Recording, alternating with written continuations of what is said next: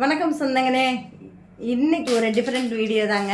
நம்ம வீட்டு குழம்பு மசால் பொடி எப்படி தயார் பண்ணுறதுன்னு போட போகிறேன். மாடி தோட்டத்தையே காமிச்சிக்கிட்டு இருந்தேன்னா இன்றைக்கி என்னோடய அடுப்பங்கரையை காமிக்க வரேங்க.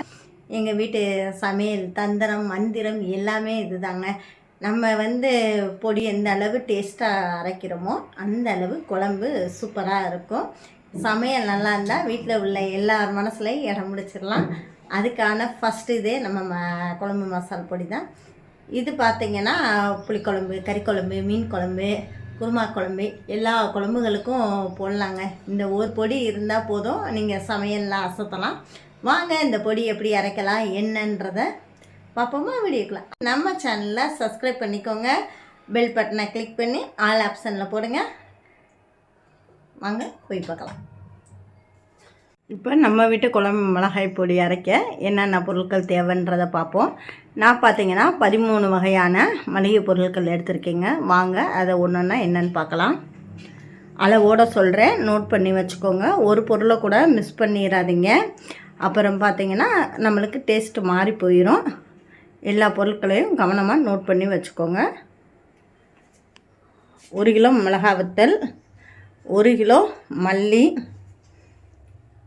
அடுத்து 100 விரலி மஞ்சள், ஜீரகம் 200, மிளகு 50 கிராம், சோம்பு அதாவது பெருஞ்சீரகம் அது ஒரு 100 கிராம், கசகசா 25 கிராம், வெந்தயம் 25 கிராம், கடலைப்பருப்பு 200 கிராம், துவரம்பருப்பு 200 கிராம், உளுந்து சிறிதளவுங்க ஒரு 25 கிராம் போல தான்.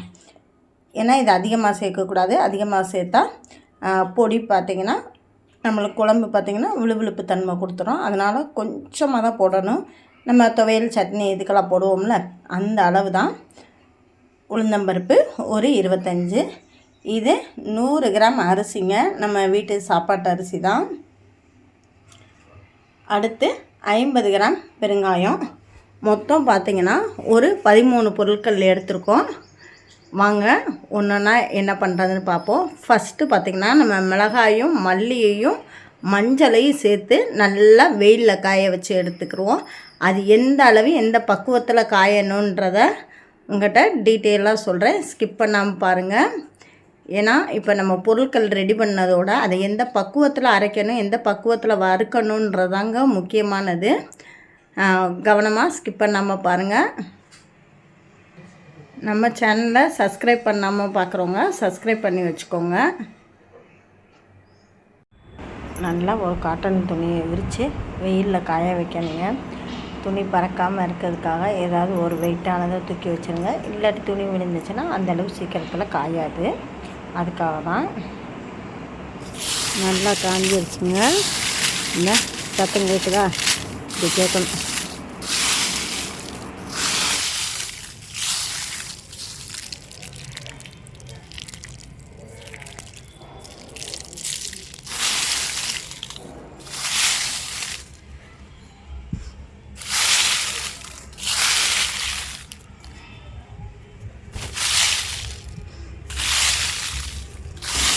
நல்லா மிளகா காஞ்சிருச்சு, அதனால தான் சத்தம் இப்படி கேட்குது. இல்லாட்டி ஈரம் மிளகானா இந்தளவு சத்தம் கேட்காதுங்க. நல்லா காஞ்சிட்டதுனால தான் சரசரன்னு நம்மளுக்கு சத்தம் கேட்குது. நல்லா 2 நாள் வெயிலில் காய வச்சுருங்க. கையில் இப்படி ஒடிச்சு பார்த்தாலே அப்படியே நல்லா நொறுங்கணும். பாருங்கள் இது எந்த அளவுக்கு நொறுங்குதுன்னு. மொத்தமாக 4-5 எடுத்து வச்சு அமுக்கினா கூட நல்லா தூளாக ஆயிடுது. அந்தளவு நொறுங்குற அளவுக்கு நல்லா வெயிலில் காய வைக்கணும். இது பார்த்திங்கன்னா நல்லா எந்த அளவுக்கு ஆயுதோ மாத கணக்கானாலும் வண்டு வைக்காமல் கொள்ளாமல் இருக்கும். அதுக்காக நல்லா வெயிலில் 2 நாளைக்கு சொல்லுவாங்க சுல்லுன்னு காய வச்சு எடுத்துக்கிறணும். ஈரமாக இருந்தாலும் மிஷின்லேயே அவ்வளோவா அப்பிக்கிறோங்க. பொடி கணிசாக இருக்காது. இல்லை எல்லாம் காய வச்சாச்சுங்க. அடுத்து பார்த்திங்கன்னா மித்த ஐட்டங்க எல்லாம் வறுத்து எடுக்க போகிறோம். வறுக்கிறதுக்கு ஆள் ரெடியாக உட்காந்துருக்காருங்க. எவ்வளோ தூரம் இவரை வேலை வாங்க முடியுமோ வேலை வாங்கணும். ஏன்னா நான் கைப்பக்கம் அரைச்சி கொடுத்தா தான் ருசியாக இருக்கும். அப்போ தான் எல்லோரும் உயிரோடு சாப்பிடுவாங்க. இல்லாட்டி ஏதாச்சும் பாத்ரூமில் போய் தான் உட்காருவாங்க. அட்ட பாவி வறுக்கும் விதே இப்படி சொன்னால் என்னடா அது அர்த்தது? அவனுக்கு என்னங்க நக்கல்ல ஏண்டி? அவர் பொழுது போகணும்ல. பெரிய ஒரு வடைச்சட்டி எடுத்துக்கிடுவோம். இது வறுத்து போடுறதுக்காக ஒரு பேசன், சில்வர் பேசன், இல்லாட்டி ஒரு தாம்பாளம் ஏதாவது ஒன்று எடுத்து ரெடியாக வச்சுக்கோங்க. இப்போ நம்ம அடுப்பை பற்ற வச்சு வறுக்கிற வேலையை பார்க்கலாம். கொஞ்சம் சட்டி சூடு ஏறட்டும். சட்டி சூடு ஏறிச்சா கையை வச்சு பார்ப்பாங்க. அதுக்கடுத்து தான் கடலைப்பருப்பை போடணும். யார் கை வச்சு பாப்பா? நான் கை வச்சு பார்க்க. கடலைப்பருப்பு ஓகே ஓகே ஓகே. ஒரு பவுல், ஒரு பவுல் இல்லை 200 கிராம். அது ஒரு பவுல் தானே? சரி பவுல் தானே? அப்போ தானே கிண்ணமா காஞ்சிருச்சியா? போட்டு விடுப்பா. 200 கிராம் கடலைப்பருப்பு பொன்னிறமாக வறுக்கணும். செவக்க வறுக்கணுங்க. கிண்டிக்கிட்டே இருக்கணும். இல்லாட்டி அடியில் மட்டும் கருக ஆரம்பிச்சிடும்.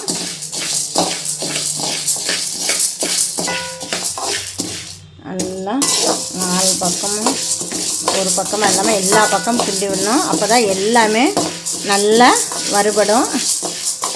நல்லா வறுபட ஆரம்பிக்கும் போது பார்த்தீங்கன்னா உங்களுக்கு கலர் மாற ஆரம்பிக்கும். அப்போ தான் கெட்டு போகாமல் இருக்கும் மசால் பொடி. கண்டிப்பாக நல்லா வண்டு வச்சிரும். அது உண்மைதாங்க. அதாவது நல்லா வத்தலையும் காய வைக்கணும், மல்லியும் காய வைக்கணும். இதை நல்லா வறுத்தாதான் நம்ம மசால் பொடி நல்லாவும் இருக்கும், ருசியாகவும் இருக்கும். அதுவும் இல்லாமல் பார்த்தீங்கன்னா வறுக்கும் போது பார்த்தீங்கன்னா வண்டு வைக்காது. ஒரு கிட்டத்தட்ட 6 மாதத்துக்கு மேலே கூட நம்ம யூஸ் பண்ணலாம். நல்லா கலர் மாறுற அளவு வறுத்துக்கிறோம். ஆற விட்டு அரைச்சிடலாம். கண்டிப்பாக ஆற விடணும். ஆற விட்டு தான் அரைக்கணும்.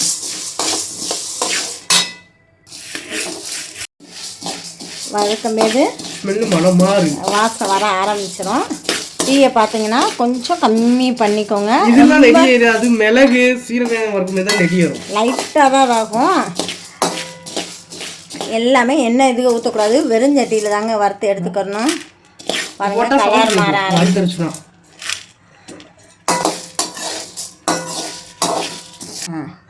நல்லா வறுபட்டுருச்சு. தம்பி கரண்டி எடு. சூப்பராக வறுபட்டுருச்சு.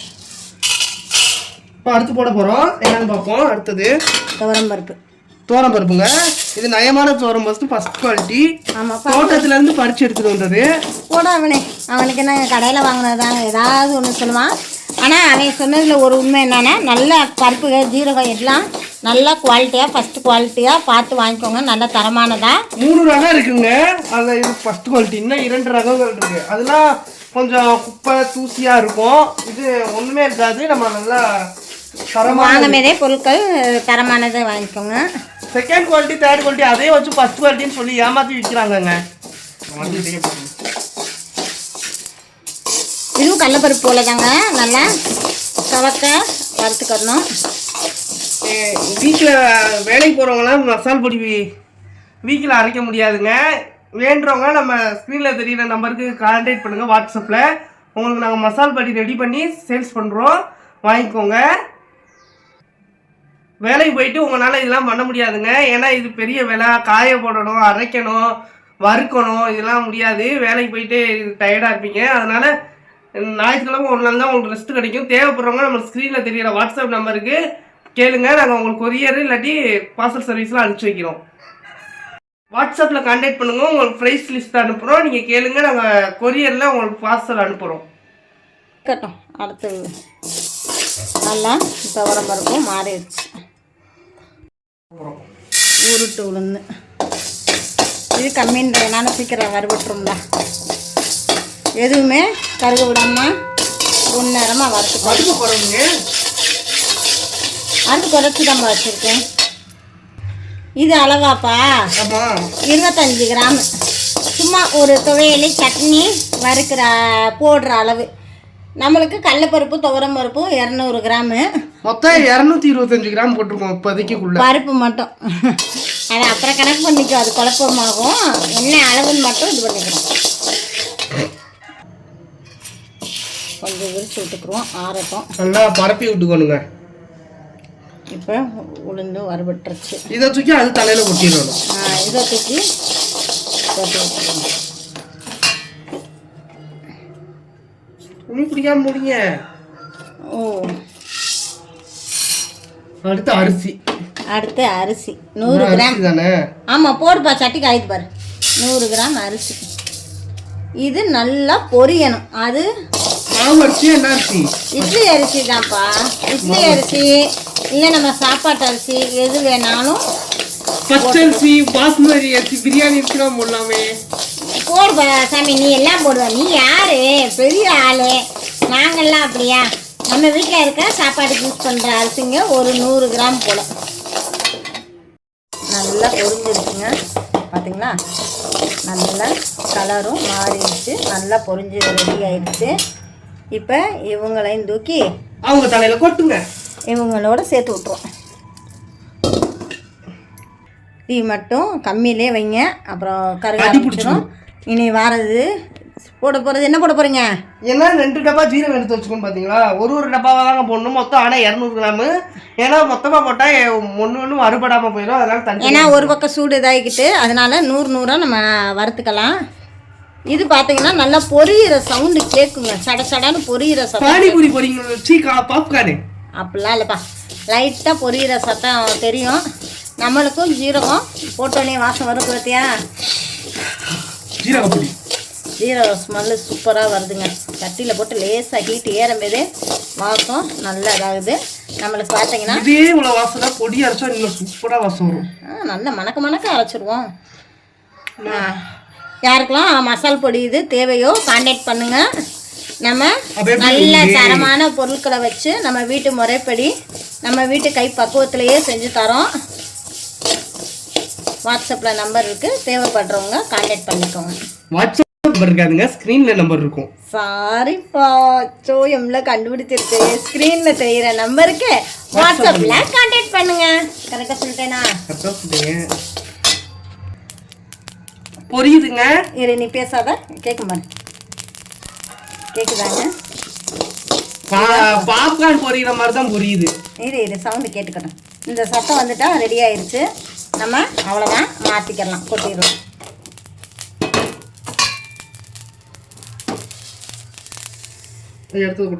அடுத்ததை கொட்டுவோம். அடுத்த ஜீரகம் திரும்ப 100 கிராம் ஜீரகம். மொத்தம் 200 கிராம் ஜீரகங்க.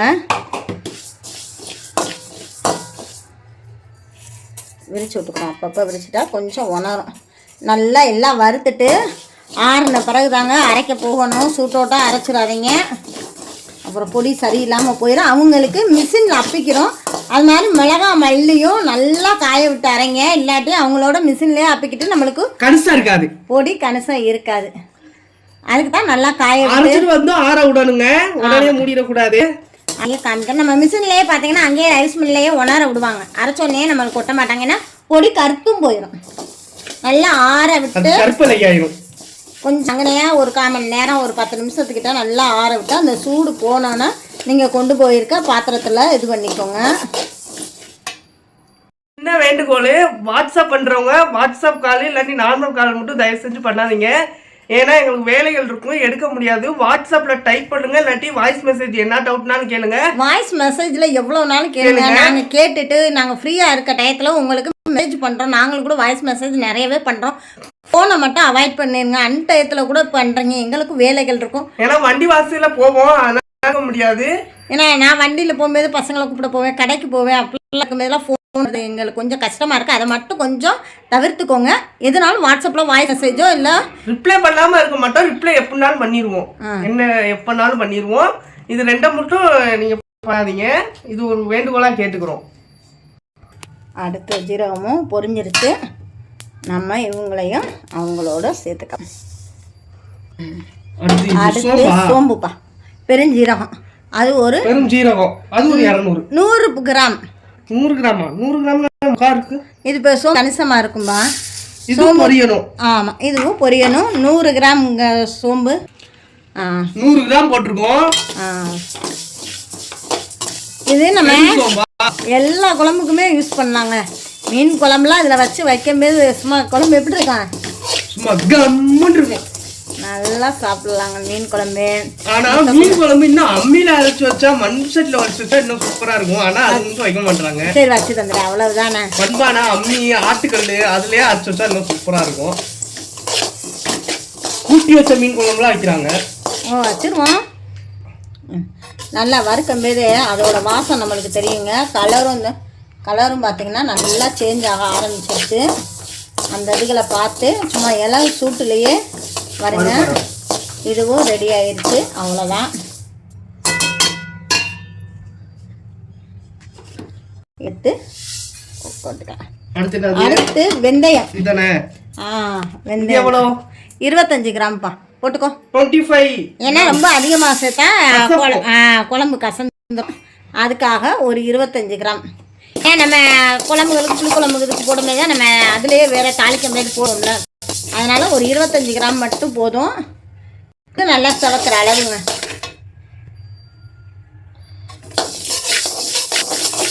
நல்லா செவக்க வறுத்துக்கிட்டோம்னா இது பொரியாது போல. பொரியாதுப்பா, இது பொரியாது. ஜீரகம் பொரியும். இது கலர் சேஞ்சிங். கலரை பார்த்து நம்ம போட்டுக்கணும். இது சும்மா கம்மியான கசகச. வெந்தயமும் வறுபட்டுருச்சு. எடுத்துக்கிடுவோம்.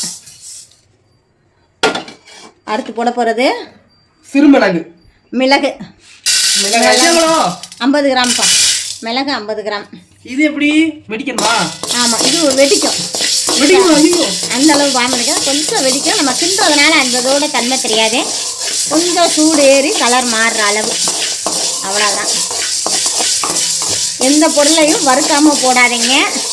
மஞ்சள், மல்லி, வத்தல் மட்டும் சத்தத்தை நிப்பாட்டிட்டு சொல்கிறேன். மஞ்சள், மல்லி, வத்தல் இது 3 வெயிலில் காய வைங்க. மித்ததெல்லாம் வறுத்து எடுத்துருங்க. வறுக்காமல் பச்சையாக போடாதீங்க. அது சீக்கிரத்தில் கெட்டு போயிடும். வண்டுகள் வைக்க ஆரம்பிச்சிடும். நம்ம இந்த மெத்தட் படி செய்யும் போது உங்களுக்கு மாத கணக்காக அது பாட்டுக்கு இருக்குங்க. இப்படி 6 மாசத்துலேருந்து 8 மாதம் 10 மாதம் வரை கூட நல்லாயிருக்கும். நம்ம நீங்கள் டைட்டான மூடி வச்சிங்கன்னா சூப்பராக. அவன் சொன்னதாங்க இப்போ கண்டிப்பாக ஞாபகம் வருது. ஒரு சில்வர் சம்போட வீட்டில் இருக்கும்ல, அதில் நல்லா ஏர் போகாமல் போட்டு நல்லா மூடி வச்சு சூப்பரா இருக்கும். ஏர் போச்சுனா வண்டு புழு வச்சிரும்.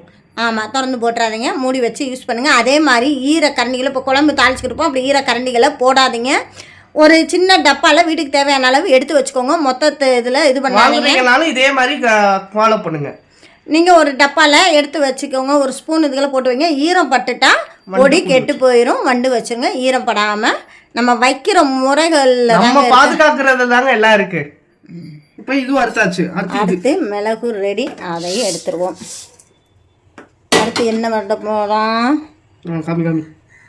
இது என்ன அரிசியா இல்லை ரவையா? இது பேர் கசகசா தங்கம். சீனி மாதிரி இருக்கு. போடு. இது வந்து 1 நிமிஷம். எவ்வளோ? இதை அடுப்பு ஆஃப் பண்ணிடுங்க. இல்லாட்டி சட்டியை கீழே இறக்கிடுங்க. போடு. அந்தோட ஹீட்டில் தான் பொரியணும். சட்டியோட ஹீட்டில் தானாலே போதும். பிரியாணி போடுற கசகசாவா? பிரியாணி, குருமா குழம்பு இதுகளுக்கெல்லாம் போடுவோம்ல, அந்த கசகசாவே தான். அவ்வளோதான், எடுத்துடலாம்.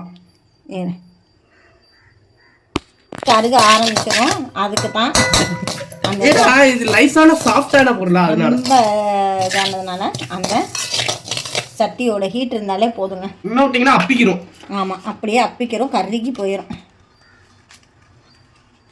இங்கே வச்சிக்கணும் உங்களுக்கு. அவ்வளோதாங்க. இது மட்டும் அடுப்பு ஆஃப் பண்ணிட்டு வறுத்தாச்சா? ஏன்னா அந்த சட்டி சூடு தான். அவ்வளோதாங்க. இந்த வறுக்கிற வேலை முடிஞ்சிருச்சு. இன்னும் ஒன்று இருக்குங்க. இன்னும் ஒன்றே இருக்குது முக்கியமானது. இது நம்ம வெயிலில் காய வச்சு எப்படி பண்ணணும்? மஞ்சள் வேற மாதிரி பண்ணணும், இது வேற மாதிரி பண்ணணும். என்ன வேற மாதிரி? என்ன பண்ண போகிறேன்? குழம்புக்கு வாசம் கொடுக்கறது மெயினுங்க. பெருங்காயம். நீங்கள் குழம்பு வச்சிங்கன்னா அப்படியே வீடே கமகமன்னு இருக்கும். இது வெறும் சட்டியில் போட்டு வறுக்கக்கூடாது. நல்லெண்ணெய், நல்லா சிக்கல் ஆட்டின நல்லெண்ணெய் வாங்கி போட்டு வறுத்தோம்னா சூப்பராக இருக்கும். அதாங்க செய்ய போகிறோம். எண்ணெயில் வறுத்து எடுக்க போகிறோம். சின்ன சட்டியில் என்ன ஊற்ற போகிறீங்க? நல்லெண்ணெய். இதயம் நல்லெண்ணெய் ஊற்றி எண்ணெய் காஞ்சோன்னே பெருங்காயம் 50 கிராம் எடுத்துருக்கோம். கட்டி பெருங்காயம் இதுதான் ஒரு 50 கிராம். இதை ஒன்றுன்னா பொரிச்சு போட்டுக்கலாம். எண்ணெய் காஞ்சிருச்சு. பார்த்து பார்த்து சின்ன சட்டிக்கு சின்ன ஸ்பூனு. ஆமாம், இல்லை பெரிய போட்டால் கவுந்துரும்ல. அதுதான். இதெல்லாம் ஸ்விம்மிங் பூல்ல இறக்கிட்டோம். மித்ததெல்லாம் ஸ்விம்மிங் பூல்ல இருக்குல்ல, மண்ணில் இருக்கிற மாதிரி. இது ஸ்விம்மிங் பூல் தண்ணியில் நீச்சல் அடிக்கும்ல மீன். இவங்க எண்ணெயில் நீச்சல் அடிக்கிறாங்களோ? நல்லா பொரியட்டும். பெருங்காயம் கட்டி தான் போடணுமா? என் பெருங்காயம் தூள் இதெல்லாம் போடக்கூடாதா? பெருங்காய தூள் வந்து போடலாம் தம்பி. அது சாம்பார்களுக்கு நம்ம போட்டுக்கலாம். இது பெருங்காயத்தூளோட இது நம்மளாம் வறுத்து அரைக்கும் போது இன்னும் எண்ணெயில் வறுத்து அரைக்கிறோம்னா வாசம் கொஞ்சம் இன்னும் கொஞ்சம் கூடுதலாக இருக்கும். நல்லெண்ணெய் ஊற்றி நம்ம வறுபடும் போது நெய்யெல்லாம் ஊற்றக்கூடாதுப்பா. நல்லெண்ணெய் ஊற்றி நல்லா வறுக்கும் போது வாசமே வேறையாக இருக்கும். நல்லா பொரியணும். சிக்கன் பொரிக்கிற மாதிரி இல்லை தங்க, அது பொரியறது கலரும் இதுவும் மாறும். அதை வச்சு நம்ம கண்டுபிடிச்சிக்கணும். என்ன ஊற்றவா? போதும் போதும் போதும்.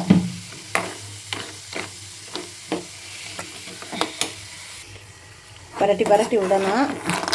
அப்போ தான் நாலா பக்கமும் செவக்க வறுபடும். பரட்டாமல் இருந்தால் ஒரு பக்கம் வறுபட்டு ஒரு பக்கம் வறுபடாமல் இருக்கும். என்ன சிக்கன் திக பொரிக்கிறப்பல உனக்கு தெரியுதா? வாசம் தெரியுதா? பொரியிற வாசம். ஓ, காரம் வந்து இப்படி பண்ணுவாங்களா? எப்படி? ஓ, எல்லா ஐட்டங்களும் பரட்டி விட்டாதான்ப்பா எல்லா பக்கமும் வேணும். இந்த பார்த்தீங்களா கலர் நல்லா மாற ஆரம்பிச்சிருச்சு. கிளிகளுக்கு மாதிரி கிளிக்குதா?